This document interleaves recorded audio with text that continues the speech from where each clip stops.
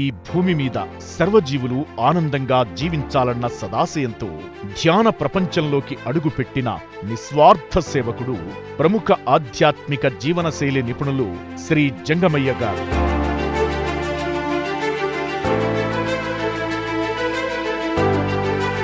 రాయచోటికి చెందిన ఆయన పత్రిజీ ఆశయాలు, సిద్ధాంతాలకు ప్రేరణ చెంది 2008 సంవత్సరం సెప్టెంబరు నెలలో ధ్యాన ప్రపంచంలోకి అడుగుపెట్టారు.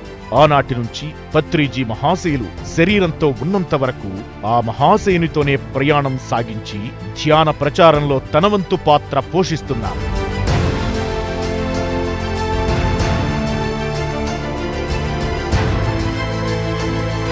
గత 20 సంవత్సరాలుగా పరిపూర్ణ సాత్వికాహారం తీసుకుంటూ సాత్విక ఆహార ప్రయోజనాలను స్వయంగా తెలుసుకున్నారు.